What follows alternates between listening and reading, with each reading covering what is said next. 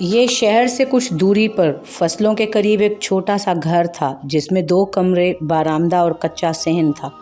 مائی لو، آج کے بعد یہ ہماری چھوٹی سی دنیا ہے۔ کیا تم اس دنیا میں اپنی پوری زندگی میرے ساتھ گزارنا پسند کرو گی؟ وہ اپنے دل پر ہاتھ رکھ کر تھوڑا سا جھکا۔ وفا خوش دلی سے مسکرائی۔ ہاں، اتنی پرسکون زندگی کون پاگل نہیں گزارنا چاہے گا؟ وہ اطمینان سے مسکرائی۔ فضا میں پھیلی تازہ ہوا کو سانس کے ذریعے اندر اتارا۔ اب ہم بہت جلد ایک ہو جائیں گے مائی لو۔ وہ آنکھوں میں لاکھوں جذبات لیے اس کی طرف بڑھا تو وفا شرمیلی مسکراہٹ سجائے 2 قدم دور ہوئی۔ مگر پہلے میری التمش سے علیحدگی بہت ضروری ہے۔ تم جانتے ہو نا کہ میں ابھی تک اس کے نکاح میں ہوں۔ وہ پریشان ہوئی۔ سامنے والے کے چہرے پر بیزاریت کے تاثرات ابھرے۔ اف مائی لو، تم اس سب بات کی ٹینشن مت لو۔ ابھی تک تو بھائی کو ہوش بھی آ گیا ہوگا۔ تمہارا لیٹر انہوں نے جیسے ہی دیکھا ہوگا اسی وقت غصے میں آ کر تمہیں طلاق بھی دے دی ہوگی۔ اب ہم کل کورٹ میرج کر لیں گے اور اپنی زندگی پرسکون طریقے سے گزاریں گے۔ لیکن ہادی، یہ تو صرف تمہارا اندازہ ہے۔ اگر حقیقت بالکل اس کے برعکس ہوئی تو؟ اسے تشویش لاحق ہوئی۔ اوف مائی لو، تم کتنی ٹینشن لیتی ہو۔ میں ابھی اپنے دوستوں کے اس بارے میں معلومات لینے کے لیے بولتا ہوں۔ تم تھوڑی دیر ریسٹ کر لو، پھر ہم دونوں کے کھانے کے لیے میں کچھ لے کر آتا ہوں۔ وہ اسے وہیں چھوڑ کر خود باہر چلا گیا۔ وفا کے چہرے کی مسکراہٹ یکدم تھم گئی۔ تیزی سے واش روم میں جا کر وہ فریش ہوئی اور جلدی سے اس گھر کے چھوٹے سے کچن میں گئی۔ اگر ہادی نے ان دونوں کے رہنے کے لیے اس جگہ پر انتظام کیا ہے تو ضرور کچن میں کھانے کا کچھ سامان بھی ہوگا۔ اس کی توقع کے عین مطابق کچن میں کھانے پینے کا کافی سامان موجود تھا۔ دالیں، سبزیاں، مسالے، گوشت، سب کچھ فریزر میں رکھا تھا۔ بار بار دروازے کی طرف دیکھتے ہوئے اس کے ہاتھ مشین کی طرح کام کر رہے تھے۔ ہیلو سر، آپ کہاں ہیں؟ اسونت کی کئی کالیں دیکھ کر آخرکار اس نے کال اٹھا ہی لی۔ اسونت، تم نے جو بھی انفارمیشن کلیکٹ کی ہے وہ مجھے فون پر ہی بتا دو۔ میں اس وقت بہت ضروری کام سے آیا ہوں۔ Okay sir. سر، میری انفارمیشن کے مطابق وفا کسی سے لڑائی جھگڑا کرنے والی لڑکی نہیں ہے۔ بہت سلجھی ہوئی خاموش طبع لڑکی ہے۔ یہاں تک کہ اگر کوئی اس کا مذاق بناتا تھا تب بھی وہ اف تک نہ کرتی تھی۔ زیادہ تر یونیورسٹی کی لڑکیوں نے اس کے بارے میں اپنی یہی پازیٹیو رائے دی ہے، مگر کچھ ایسی لڑکیاں بھی تھیں جو ان کے بارے میں عجیب و غریب باتیں کر رہی تھیں۔ عجیب باتیں؟ کیسی عجیب باتیں؟ ہاشم حیران ہوا۔ سر، ان لڑکیوں کا کہنا ہے کہ وفا کافی دفعہ کلاس مس کر دیتی تھی اور اس وقت میں نہ جانے کہاں جاتی تھی۔ کیا مطلب کہاں جاتی تھی؟ ہاشم کو تشویش لاحق ہوئی۔ سر، اتنے کم وقت میں بس اتنی ہی معلومات جمع کر پایا ہوں۔ وہ کہاں جاتی ہے اس بارے میں بھی معلومات حاصل کرنے کی کوشش جاری ہے۔ شام تک انشاءاللہ اس بات کا جواب بھی مل جائے گا۔ ٹھیک ہے، سارے کام چھوڑ کر تم آج یہی کام کرو۔ مجھے شام تک اس معاملے میں ساری معلومات چاہیے۔ مگر سر، آپ کہاں ہیں؟ اسونت کے سوال پر وہ کچھ پل کے لیے خاموش ہوا۔ میں بھی اس معاملے پر تحقیق کرنے کے لیے شہر سے کچھ دور آیا ہوں۔ اچھا، اب تم کام پر لگو، میں تمہیں بعد میں فون کرتا ہوں۔ فون کاٹ کر وہ دوبارہ اس گھر کی طرف دیکھنے لگا جہاں کچھ دیر پہلے ہادی روئے زادہ اور وفا آئے تھے۔ رات کے اندھیرے میں جب وہ دونوں روشن ولا سے چوری چپ کے باہر نکل رہے تھے اس وقت ہاشم کی ان دونوں پر نظر پڑ گئی۔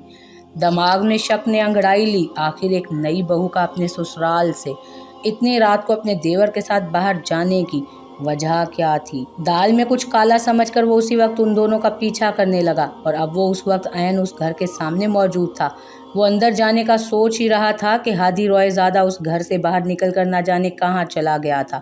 اب وفا گھر میں اکیلی تھی۔ کیوں نہ بھابھی جی سے اندر جا کر بات کر لی جائے۔ نہیں، اگر میں نے اندر جا کر سوال جواب کیا تو ہو سکتا ہے وہ دونوں الرٹ ہو جائیں۔ کیا پتہ ان دونوں کا کوئی اور پلان ہو۔ مجھے باہر رک کر ہی ان دونوں پر نظر رکھنی ہوگی۔ کچھ سوچ کر وہ اپنے لیے کوئی چھپنے کی جگہ ڈھونڈنے لگا۔ ہادی کے آتے ہی وہ چہرے پر مسکراہٹ سجائے کچن سے باہر چلی آئی۔ ارے مائی لو، تم کچن میں کیا کر رہی تھی؟ میں تمہارے لیے کھانا لے کر آ تو رہا تھا۔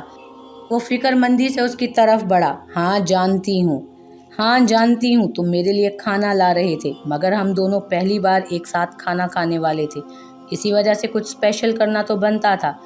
میں نے آج آپ کی پسندیدہ ایپل پائی بنائی ہے۔ اوہ واو، اس جنگل میں تمہارے ہاتھ کی ایپل پائی کھانے کو مل جائے اس سے زیادہ اچھا کیا ہوگا۔ وہ 2 قدم چل کر اس کے قریب آیا۔ التمش کا کچھ پتہ چلا؟ وہ یکدم بولی تو ہادی کے قدم وہیں رک گئے۔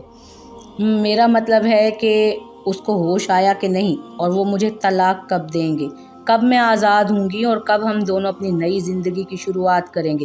وفا کی تفصیل پر وہ بس گہرے سانس بھر کر رہ گیا۔ میں نے اپنے دوستوں کو روشن ولا بھیجا ہے، اب دیکھو وہ کیا خبر سناتے ہیں۔ ہادی کی بات پر وہ بس اسبات میں سر ہلا کر رہ گئے۔ کبھی ہادی روئے زادہ کے فون پر کسی کی کال آئی جسے سن کر وہ کچھ دور جا کھڑا ہوا۔ وفا خاموشی سے کھڑی اسے فون پر بات کرتا دیکھتی رہی۔ کچھ دیر کے بعد وہ اس کے قریب آیا۔ میرے دوست کا فون آیا تھا، گھر میں بھائی کی وجہ سے ادھم مچا ہوا ہے، بھیا نے غصے میں آ کر تمہیں طلاق دے دی ہے اور اس نے اپنے اس دوست کو اور ساری پولیس فورس کو ہلا کر رکھ دیا ہے۔ کیا؟ یہ خبر وفا کے لیے دھچکے سے کم نہ تھی۔ باقی سب نے تو اس پر کوئی خاص اثر نہ ڈالا تھا، بس التمش نے اس کو طلاق دے دی ہے۔ اس صدمے میں کچھ پل کے لیے اس کی ساری حصیں کام کرنا بند ہو گئیں، آنکھوں میں نمی اتر آئی جسے بڑی مشکل سے پرے دھکیل کر وہ مسکرائی۔ او واو، یہ تو بہت اچھی خبر سنائی تم نے، اب میں آزاد ہوں۔ مگر تم پولیس کی کیا بات کر رہے تھے؟ اس کے چہرے کی خوشی دیکھ کر ہادی کے چہرے پر شیطانی مسکراہٹ ابھری۔ مائی لو، ساری پولیس فورس کو بھائی نے الرٹ کر دیا ہے، کسی بھی حالت میں وہ تمہیں اور مجھے ڈھونڈنا چاہتے ہیں۔ دیوار کے پار کھڑا ہاشم اس کی ساری باتیں سن کر حیران ہوا، کیونکہ اس کی ساری انفارمیشن ہی غلط تھی۔ او خدا، اب کیا ہوگا؟ وہ پریشان ہوئی۔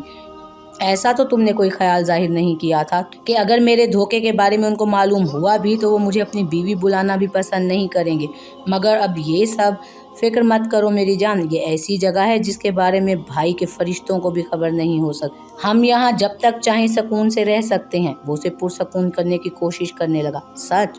بالکل سچ مائی لو۔ چلے آئیں پھر کھانا کھاتے ہیں۔ شکر ہے، آپ ٹیبل پر جائیں، میں کھانا گرم کر کے لاتی ہوں۔ وہ مسکرا کر آگے بڑھی۔ ہاشم کا دل کیا وہ اپنے بال نوچ لے، یہ معصوم سی نظر آنے والی لڑکی اتنی بڑی گیم کھیل گئی۔ شدید غصے میں آ کر اس نے دوبارہ گھر کے اندر گھسنا چاہا، مگر دوبارہ دماغ نے غلطی کرنے سے روکا۔ نہیں، مجھے پہلے التمش کو فون کرنا ہوگا، اسے بتانا ہوگا کہ اس کی بیوی یہاں اس کے بھائی کے ساتھ موجود ہے۔ سر میں شدید درد کے باعث کراہتے ہوئے وہ اٹھا تھا، موندی آنکھوں سے پورے کمرے میں نگاہیں دوڑا کر وفا کو تلاشنے کی کوشش کی، مگر اس کا وجود وہاں ہوتا تو نظر آتا نا۔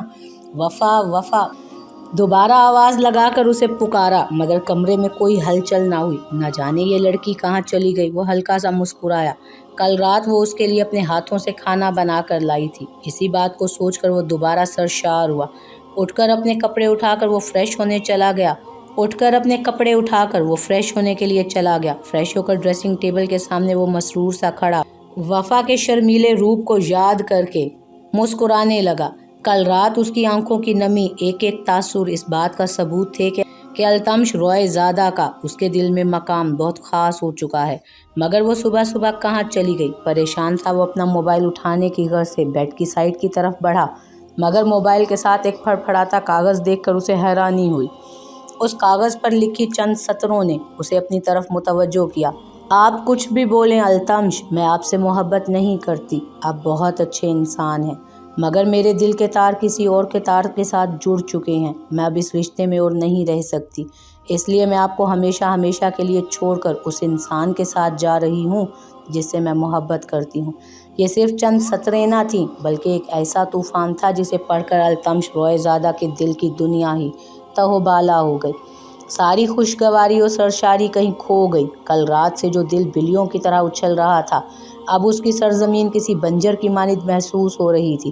شاید ہی آج تک زندگی میں اس نے اتنا بڑا دھچکا کھایا ہو، مگر آج وہ اس لڑکی کے باعث پورے قد سے زمین پر آن گرا تھا جسے اس نے اپنی زندگی ماننے کی غلطی کی تھی۔